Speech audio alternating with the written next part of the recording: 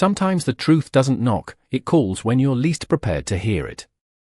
I remember the exact second everything stopped making sense. The room was quiet, the kind of controlled silence money buys, where every movement is deliberate and every breath is measured. My glass sat untouched on the table, condensation sliding down the side like slow tears, and the city lights stretched beyond the floor-to-ceiling windows like something I owned. Because I did. Or at least, I thought I did. Then my phone rang. Not unusual. It always rang. Deals, updates, problems waiting for me to solve them. But something about this one felt off. The number was blocked. I almost ignored it. Almost. I picked it up on the third ring. This better be important, I said, my voice steady, controlled, the way it always was. There was a pause. A small one. The kind that shouldn't matter, but did. Then I heard it. A child's voice. Soft. Uncertain. Like it didn't belong on the other end of my world. Hello, he said. Just that. One word. But it didn't land like a word. It landed like a fracture. I didn't respond right away. I couldn't. My mind was already moving, calculating, breaking it apart. Wrong number. Set up. Someone trying to get to me. That's how this works. That's how it always works. Who is this? I asked, sharper now. The silence stretched again, thinner this time, like it might snap. Then the voice came back. Mom said, you wouldn't answer. My fingers tightened around the phone. Just slightly. No one else would have noticed. No one ever notices the small things. But I did. I always do. Because small things are where the truth hides. You have the wrong number, I said. Clean. Final. That should have been the end of it. That's how I designed my life. Controlled. Predictable. Untouchable. But then he said something that didn't belong in my world. Something that shouldn't have existed. Adrian, right. The sound of my name, my real name, coming from a child who shouldn't even know it, it didn't just catch me off guard. It hit something deeper. Something buried. Something I hadn't thought about in years. The room shifted. Not physically. But enough. The lights felt colder. The silence heavier. I stood up without realizing it, the chair sliding back with a soft scrape against the floor. Across the room, one of my men glanced up, sensing the change, but I didn't look at him. I couldn't. All my attention was locked on that voice. Who gave you this number? I asked, lower now. More dangerous. But underneath it, something else slipped in. Something I didn't recognize. The boy hesitated. I could hear it in his breathing. Uneven. Nervous. Real. My mom, he said finally. She said, if anything ever happened, I should call you. My heart didn't race. It didn't pound. It just stopped. For a fraction of a second, everything inside me went completely still. Because there was only one person who would ever say something like that. Only one name that could follow. And I already knew it before he spoke. I just wasn't ready to hear it. What's your mother's name? I asked. Quiet. Too quiet. The kind of quiet that comes before something breaks. The line crackled softly, like the world itself was holding its breath. And then he said it. Emily. Emily. The name did not echo. It did not need to. It landed exactly where it had been buried all these years, like it had been waiting for this moment to come back to life. I closed my eyes for a second, just a second, but it was enough to see her. Not clearly. Not perfectly. Just fragments. The way her hair used to fall over her face when she was thinking. The way she looked at me like she saw something more than what the world called me. I had not allowed myself to think about her in years. Not after she disappeared. Not after every lead turned into nothing. Not after I convinced myself that she had chosen to leave. Say it again, I said, my voice lower now, slower, like I needed to hear it twice to believe it. Your mom's name. There was a small shuffle on the other end of the line. Fabric moving. Breathing catching. Emily Carter, he said. No hesitation this time. No uncertainty. Just truth. My grip tightened on the phone, enough that I could feel the edge press into my palm. Emily Carter. She had not changed her name. That detail should not have mattered. But it did. It mattered more than it should have.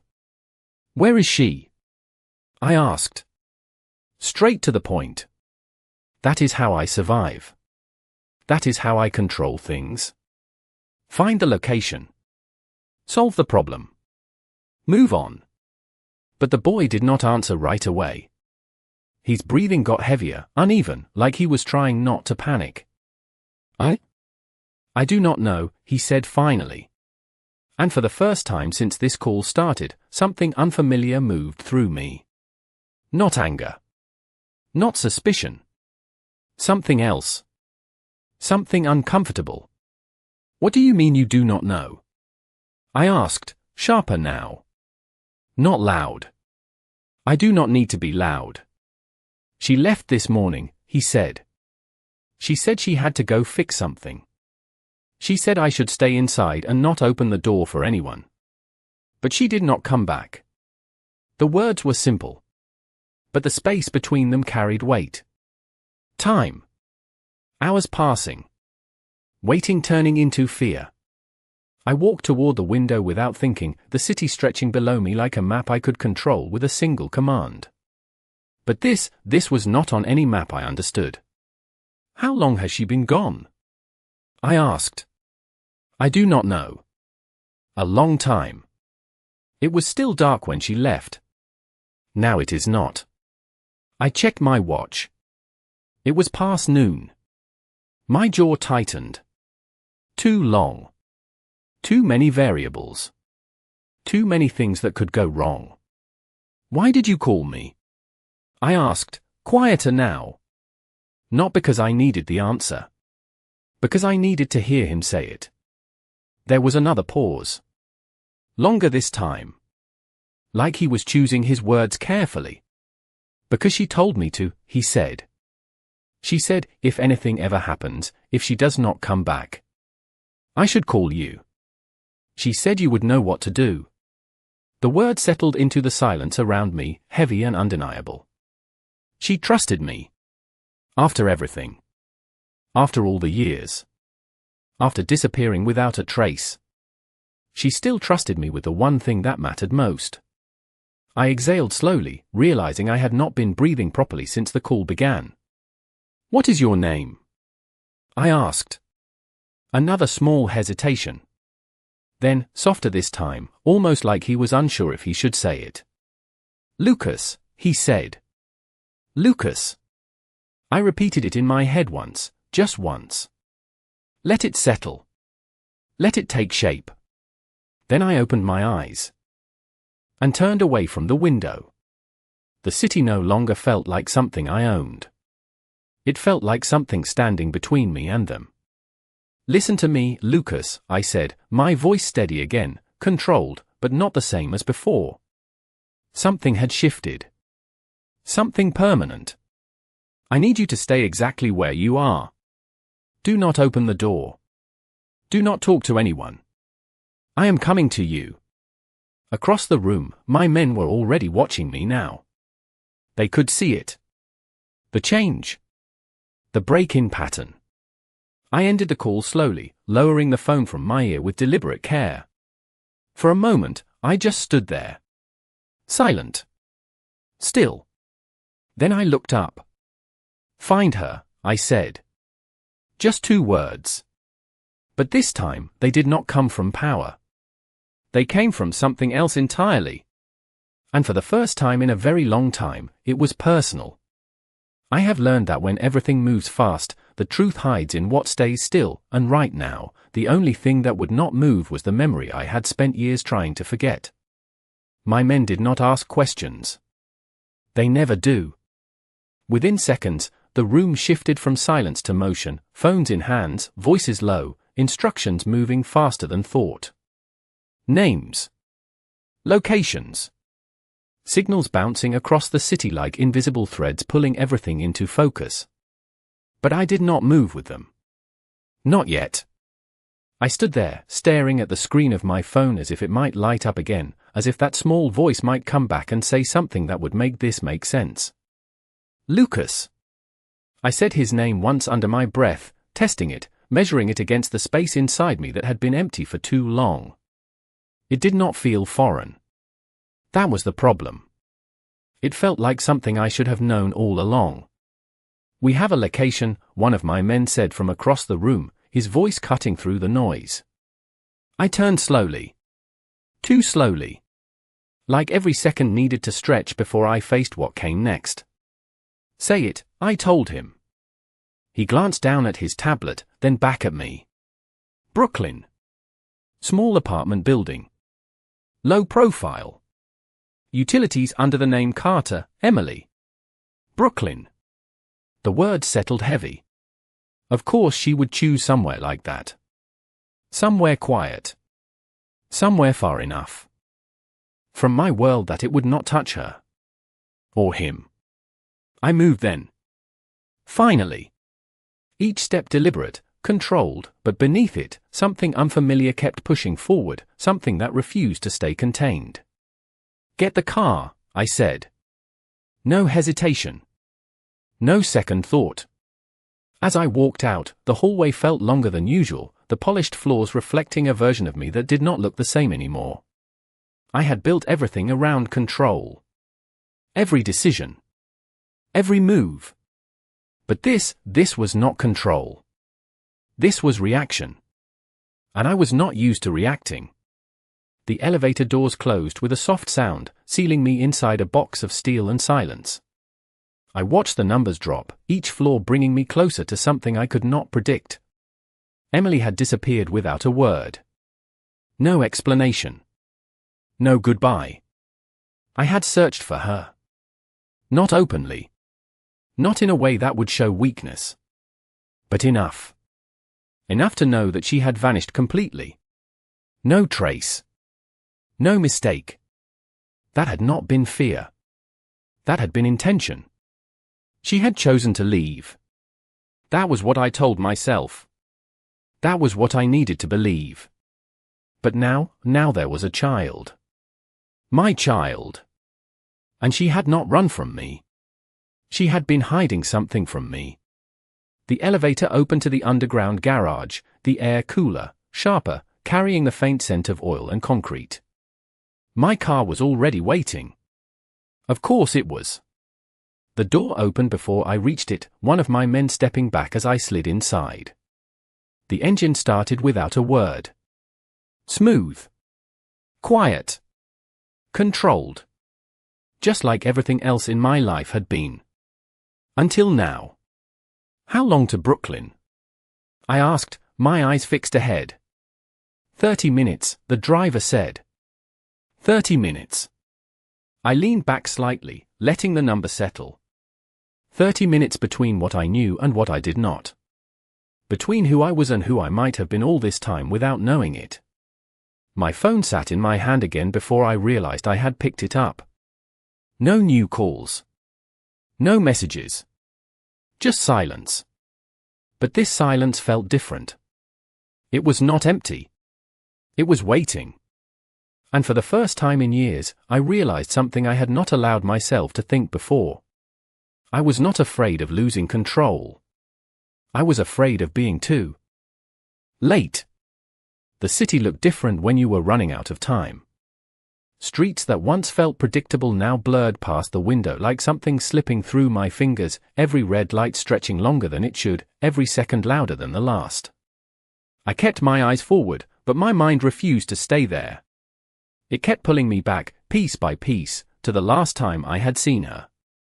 Not clearly. Never clearly. Just fragments that did not fade no matter how much I told myself they would. The way she stood by the window that night, arms crossed like she was holding herself together. The silence between us that felt heavier than any words we could have said. I had thought it was distance. I had thought it was fear. I had not understood it was a decision. "We are getting close," the driver said quietly, his voice careful, like he knew better than to break whatever was happening inside this car. I did not answer. I did not need to. I could feel it. The shift in the air. The change in the streets.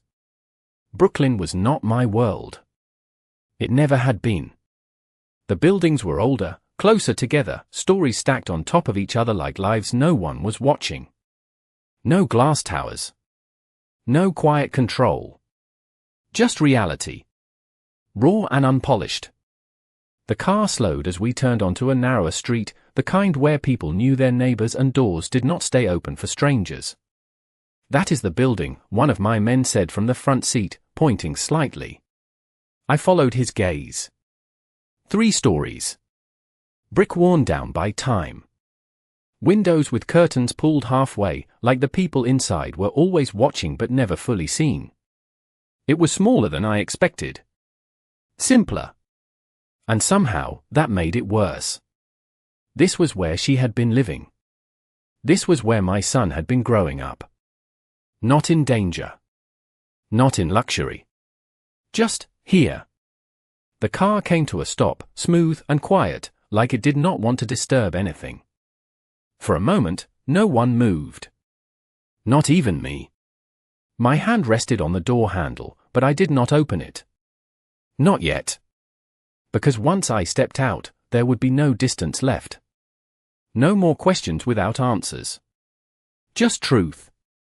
I pushed the door open. The air outside felt different. Cooler. Real. The kind of air that does not care who you are or what you control.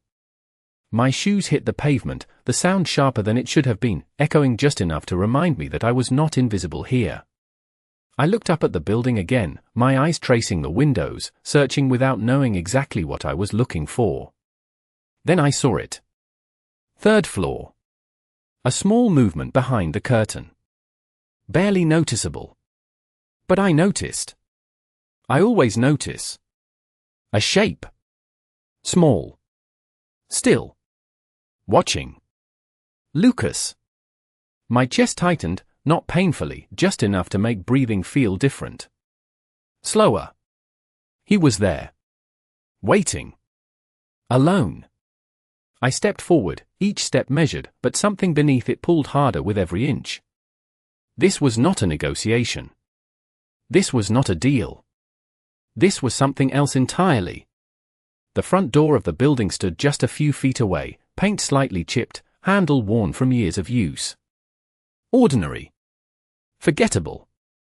And yet, it felt heavier than anything I had ever faced. I reached for it, my fingers pausing for the briefest second before making contact.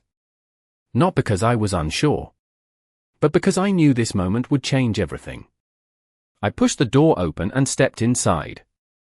The hallway smelled faintly of old wood and something softer, like laundry detergent that had long since faded into the walls, and for a moment, I just stood there, listening, because silence in a place like this is never truly empty. It breathes, it shifts, it waits, and I could hear it, the quiet hum of a life that had been lived here without me, 3 flights up, behind a door I had never known existed, and yet somehow, it felt like it had always been waiting for me to find it. I moved toward the stairs, my steps slower now. Not out of caution, but because something inside me refused to rush this, like if I moved too fast, I might miss something that mattered. The railing was worn under my hand, smooth from years of use, not polished, not perfect, just real. Everything about this place was real in a way my world never allowed. 1st floor passed without thought, 2nd floor felt heavier, like the air itself was pressing closer, and by the time I reached the 3rd, I could feel it, that quiet pull. The same one that had started the moment I heard his voice. I stopped in front of the door, number 3B, the paint slightly chipped around the edges, a small scratch near the handle, details no one else would care about, but I noticed. I always notice, because details tell the truth people try to hide, and this door, this simple, ordinary door, was holding a truth I had not been ready to face until now. I raised my hand, paused for half a second, then knocked, not loud, not demanding, just enough to be heard. The sound echoed softly inside, and then nothing, no footsteps, no voice, just silence again, heavier this time, like it was deciding something. I waited, counting the seconds without meaning to. 1, 2, 3, too long. I knocked again, a little firmer this time, still controlled, still measured. "Lucas," I said through the door, my voice steady but lower than before. "It is me." The words felt strange, unfamiliar, like I was stepping into a role I had never rehearsed. There was a shift inside, small, but enough, the faint sound of movement, cautious, hesitant, like someone deciding whether to trust what they heard. I stepped back slightly, giving space, not because I needed to, but because he might. The handle turned slowly, the sound soft but clear, and then the door opened just a few inches, not wide, just enough for one eye to look through, and there he was, smaller than I expected, thinner too, with hair that fell slightly into his face and eyes that did not belong to a child who should feel safe, eyes that watched carefully, measuring, the same way I had learned to do years ago. And for a second, everything else faded, the hallway, the city, the men waiting downstairs, none of it mattered, just that small space between us, just that look. He did not speak right away, just stared, searching my face for something he had been told to find, something he needed to believe. "You came," he said finally, his voice quiet. Not surprised, just relieved. And that word, simple as it was, did something I could not explain, something I could not control. I nodded once, slow, deliberate. "I told you I would," I said, and for the first time since this began, I meant something without calculating the outcome. The door opened a little more, still cautious, still unsure, but enough to let me see the room behind him, small, simple, lived in, a couch with a blanket folded over one side, a table with a glass of water left half full, everything exactly where it should be for a life that had been paused, not ended, just waiting. And then I saw it, a small bag by the door, packed, ready, like she had known something might happen, like she had planned for this moment, but had not been able to finish it. I looked back at him, really looked this time, and in that moment, I did not need proof, I did not need confirmation, because something deeper than logic had already answered the question I had not been ready to ask. I exhaled slowly, steadying something inside me that had shifted beyond recognition. "We are going to find her," I said, not as a promise I might break, but as something that had already been decided the moment he spoke my name. And this time, when he nodded, it was not cautious, it was certain.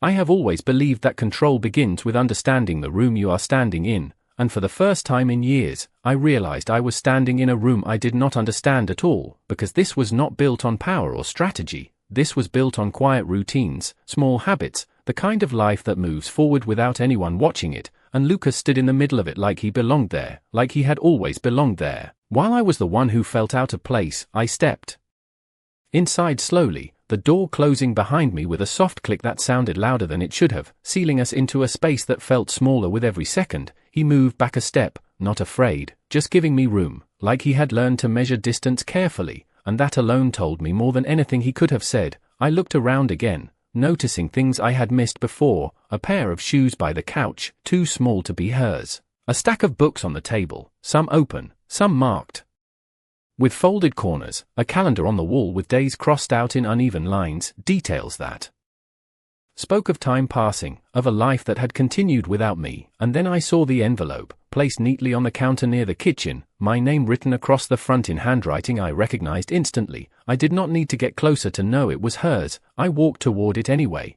each step slower than the last, like the distance between me and that piece of paper carried more weight than it should have. Lucas watched me but did not speak.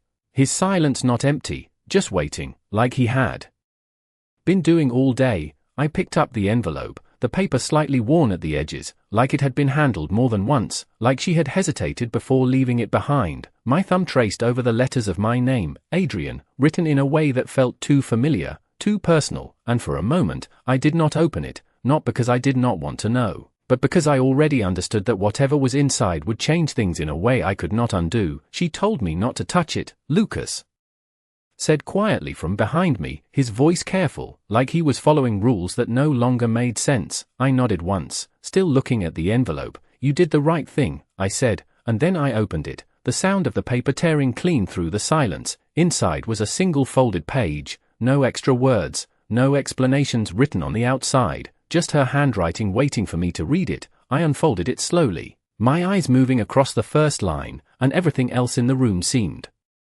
to fall away. If you are reading this, it means I ran out of time. The words were simple, but they carried a weight that settled deep. I kept reading, each sentence pulling something tighter inside my chest. I did not leave you because I stopped caring. I left because I needed to keep him safe, from your world, from the things that follow you even when you try to leave them behind. My jaw tightened slightly, not in anger, but in recognition.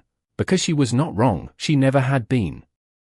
Lucas is yours. The words were there, clear, undeniable. Not a question, not a possibility, just truth written in ink that did not shake. I did not tell you because I knew what it would mean. I knew you would come, and if you came, everything I built to protect him would fall apart. I stopped reading for a second, my eyes closing briefly, because she understood me better than anyone ever had. Even now, even after all this time, I continued, slower now. But if something happens to me, if I cannot come back, then he needs you, not the man the world sees, but the man I knew before all of this, the one who still knows how to choose something other than control. The paper felt heavier in my hands, like the words themselves had weight, like they were asking something from me I had not been asked in years. I lowered the letter slightly, my gaze shifting back toward Lucas, who was watching me with quiet patience, like he had already accepted whatever answer I would give, and in that moment, I understood something I had not allowed myself to see before. This was not about finding her, not only that.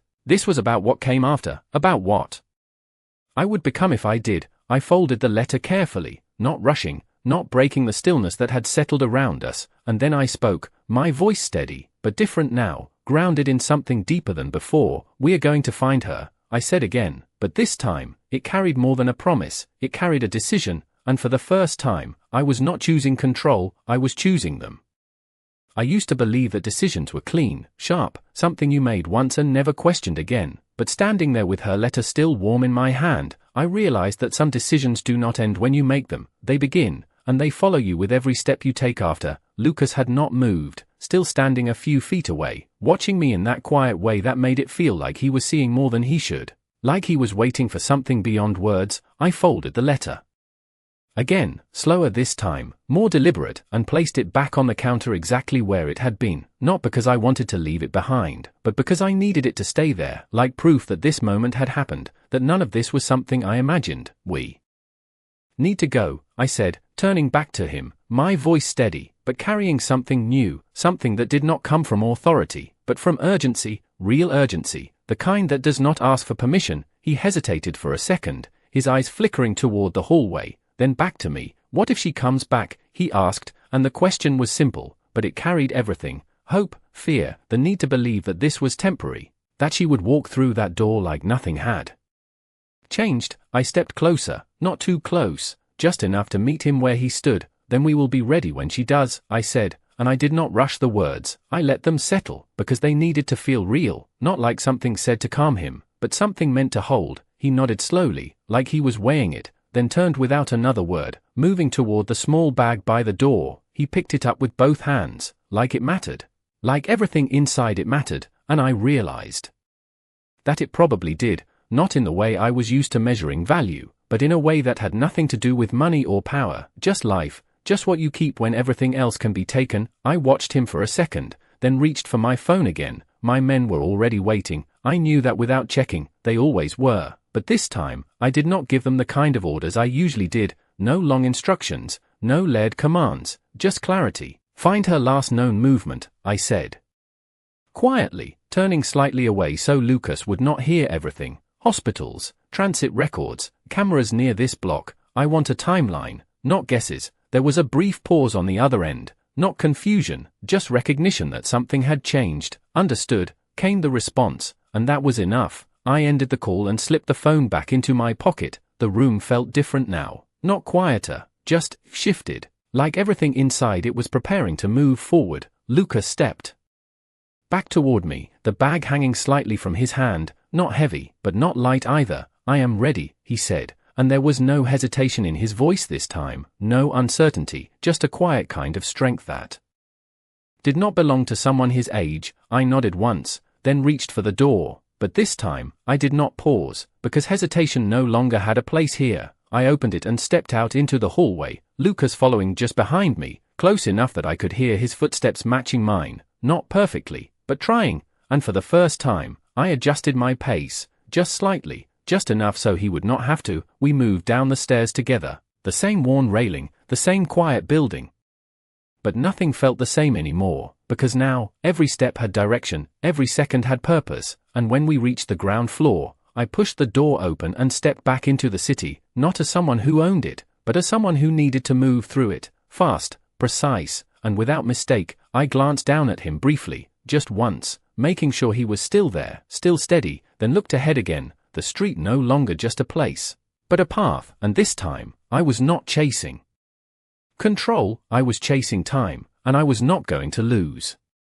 The car door closed behind us with a quiet, controlled sound, but nothing about what followed felt controlled anymore. Lucas slid into the seat beside me, careful with his small bag like it carried something fragile, something that could not be replaced, and I noticed the way he held it close, not out of fear, but out of habit, like he had learned to protect what little he had. The engine started and the city began to move again, buildings passing, people walking, everything continuing as if nothing had changed, but everything had, at least for me. I looked ahead, but my focus was no longer on the road, it was on the pieces coming together in my mind. Emily had not just left, she had planned, the bag, the letter, the instructions she gave him. None of it was random, it was deliberate, which meant whatever she went to face, she knew it might not end quickly. My phone vibrated once in my pocket, I pulled it out, already expecting the update. "We have something," the voice said as soon as I answered. No wasted words, no delay. "She was seen early this morning near a clinic in Queens. Security footage confirms it." She went inside but did not come out through the main entrance. I felt something tighten, not panic, but focus sharpening into something precise. "Side exits?" I asked immediately, my voice steady, but faster now. "There are two. One leads to an alley. No clear footage yet. We are pulling nearby cameras." I glanced at Lucas for a second. He was staring out the window, quiet, but I could see it, the way his fingers tightened slightly around the strap of his bag. He was listening, even if he did not understand everything. He understood enough. "We are going to find her," I said, not looking away from him this time, making sure he heard it directly, not through pieces of conversation. He nodded once, slower, like he needed to believe it again. I turned back to the phone. "Send me the location," I said. The address appeared seconds later. Clean, exact. I ended the call and leaned forward slightly. Change of direction, I told the driver. Queens. There was no hesitation. The car shifted smoothly, merging into traffic with a quiet precision that matched the rhythm of my thoughts. I leaned back again. But this time, I did not close my eyes. I let everything run through my mind. The letter, her words, the way she said she ran out of time. That was not fear, that was a countdown. Something had been happening before this, something she had been trying to handle alone, and now it had reached a point where she could not. I looked at Lucas again, really looked this time, not just at his face, but at the small details, the way he sat slightly forward, like he was ready to move if he needed to, the way his eyes tracked the passing streets.